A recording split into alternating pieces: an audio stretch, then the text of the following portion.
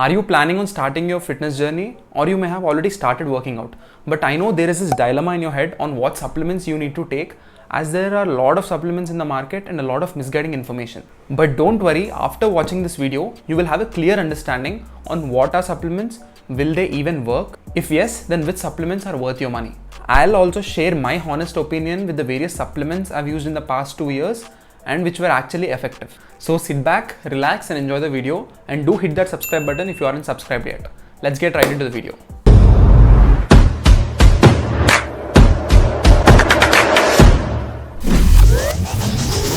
What actually are supplements? Dietary supplements are substances which are produced with the intentions of providing nutrients to your body that it would not get from your regular diet. So if you already have a well-balanced diet, then taking supplements doesn't make sense, right? Yes, most of the supplements aren't necessary if you have enough variety and nutritional value in your diet. Nevertheless, there are few amazing supplements out there in the market which are worth your money and which cannot be fulfilled by a regular diet. We will discuss about these supplements further in this video, so make sure you watch this video till the end. Coming to the next question, will supplements work? I'll answer this with a straightforward answer. If you are a beginner, then supplements are an overkill. Before getting into supplements, you need to take care of 3 things. If these 3 things aren't optimized to their best, then the use of supplements don't make sense, and the supplements you use won't work as effectively as if they do after these 3 factors are optimized to their best. First, and arguably the most important factor, is your sleep. If your sleep cycle is all messed up, then fix that first. Your body heals, grows and recovers only if you sleep properly. Countless people have asked me, bro, why am I not building any muscle? Why am I always tired and fatigued? But if you look at their sleep cycle, it's all messed up. They sleep at 3 AM in the morning, staring at the screens all night. And I'm not saying you should stop having fun in the night. Doing a night out with your friends once in a while is completely fine. But see that you have good quality sleep in your daily schedule. There is this quote, a good night's sleep is the best cure in the doctor's book. And trust me, there is no single supplement in this market which will replace a good night's sleep. So first, prioritize fixing your sleep cycle rather than focusing on what supplements you need to take. Now on when to sleep and how much to sleep is a very subjective topic, as different people have different lifestyles. Generally speaking, 7 to 8 hours of quality sleep is good enough. The second factor is having a balanced diet.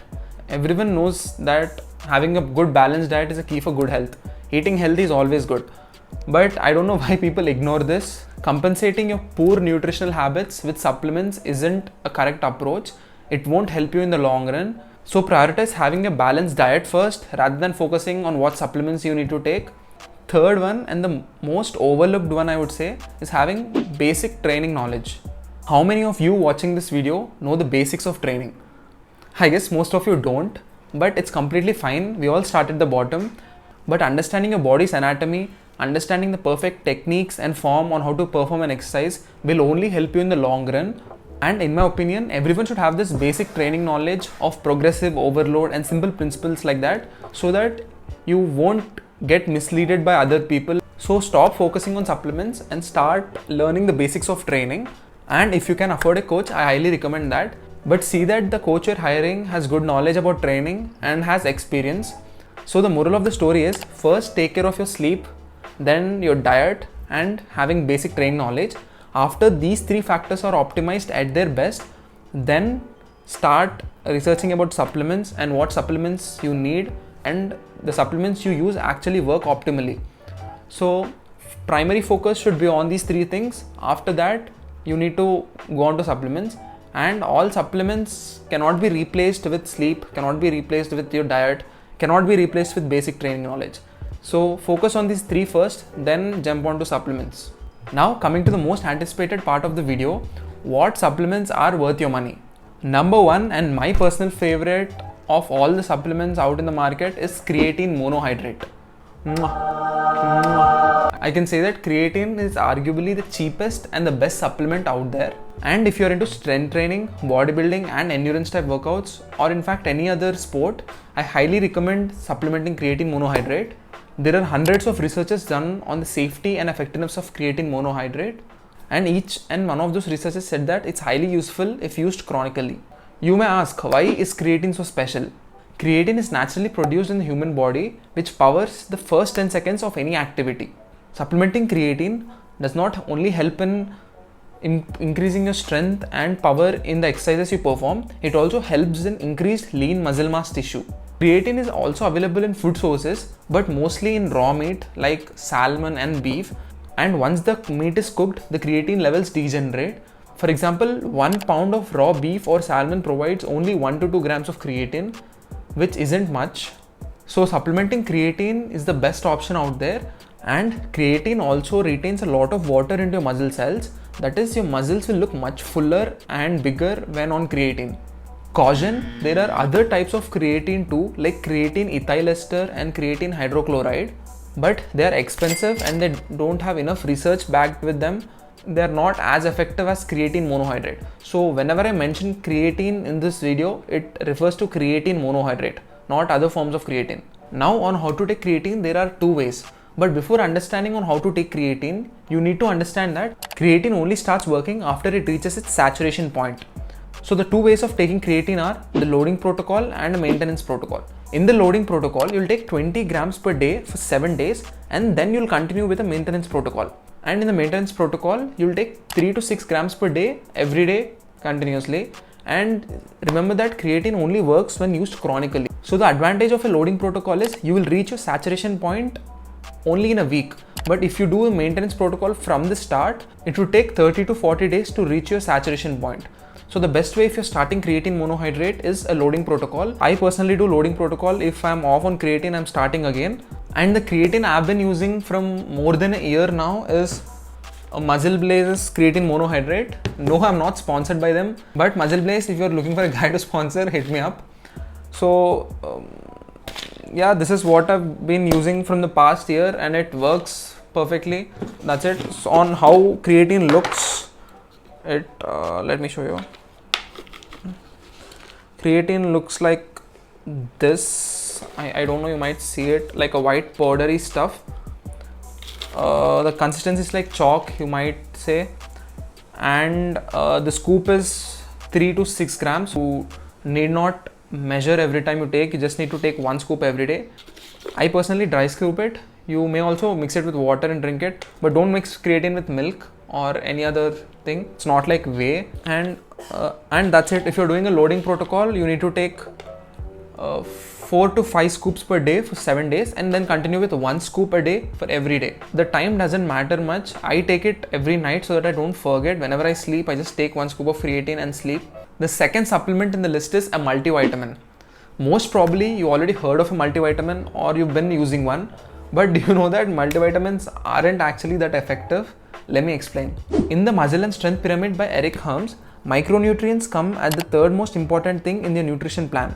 So we can't ignore micronutrients as they're essential for overall health and muscle building. If you already have a balanced and good variety in your diet, then multivitamin is of no use. It would rather be effective if you get a blood test done and see what vitamin deficiencies you have and supplementing them individually.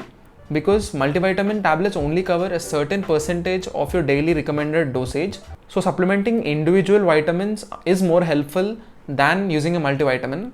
But don't go thinking that taking a multivitamin will solve all your health issues and all the deficiencies you have. Rather use multivitamin as a safety net, as it is sometimes hard to get all the vitamins and minerals from your daily regular diet. So supplementing a multivitamin will just provide that safety net of providing a little percentage of your daily vitamins and minerals intake. That's how I've been using multivitamin from the past year and it works for me. I feel that my recovery is a bit faster when I'm taking multivitamin. It's mostly a placebo, but it still works for me, so I'm on taking a multivitamin. As multivitamin has no side effects as such, supplementing it wouldn't be a bad idea. So use multivitamin as a safety net. Like I told you before, it doesn't do much, but it's not doing you any harm, so it's better off using it if you are interested. But if you have a well-balanced diet, it's completely unnecessary. Don't waste your money. The multivitamin I've been using is this Carbamide Fortis multivitamin. And I'm not sponsored by them again. I genuinely use this product and I've been using it from the past 6 months and it's good enough. And there are a lot of multivitamin brands, you can check them out. And I'll link all the products I've used in the description below, so check them out. The third supplement in the list is fish oil. EPA and DHA are essential fatty acids which typically come from supplementing fish oil. There are natural food sources too, like fish and flax seeds, but you need to eat them on a regular basis and on huge quantities to get the actual benefits of EPA and DHA. And it has been found out that these fatty acids have a lot of health benefits, such as is the risk of cardiac death, decrease blood pressure, improve your skin, and generally it's good for your cardiovascular system, and they have many more health benefits.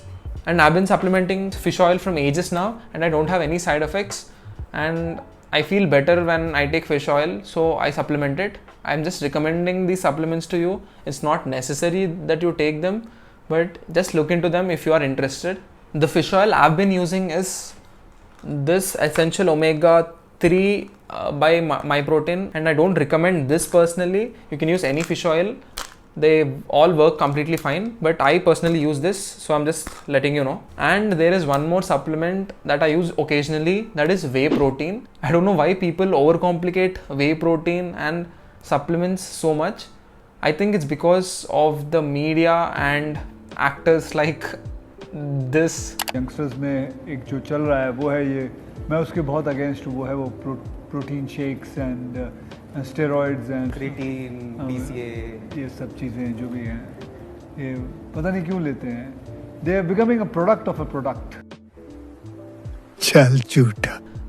They provide a lot of misguiding information to the youth. Whey protein is made from milk and it's completely natural. It isn't a steroid, and any of the supplements I told you aren't steroids. Steroids are a complete different phenomena. Don't even try to keep supplements and steroids in the same side of the book. Supplements are completely safe to use, but after these three factors are prioritized, then the use of supplements makes sense. Like I said earlier, first prioritize your sleep, prioritize your diet, and prioritize what you're actually doing in the gym. That is basic training knowledge. After these three factors are optimized, then go on to supplements, and most of the supplements will only help you if used chronically, so you need to be disciplined for that too. Don't just think that you'll buy the supplement and just throw it in the cupboard there and use it once in a while. They don't work like that. You should use on a regular basis. That's it for the videos, guys. If you're learning something from these videos, then do subscribe to the channel, do like, share, and send it to everyone who are confused about supplements. Comment below what next video you want to see. And I know this video is coming out a little late as I was busy with my college and other stuff. So thank you for watching and take care. Peace.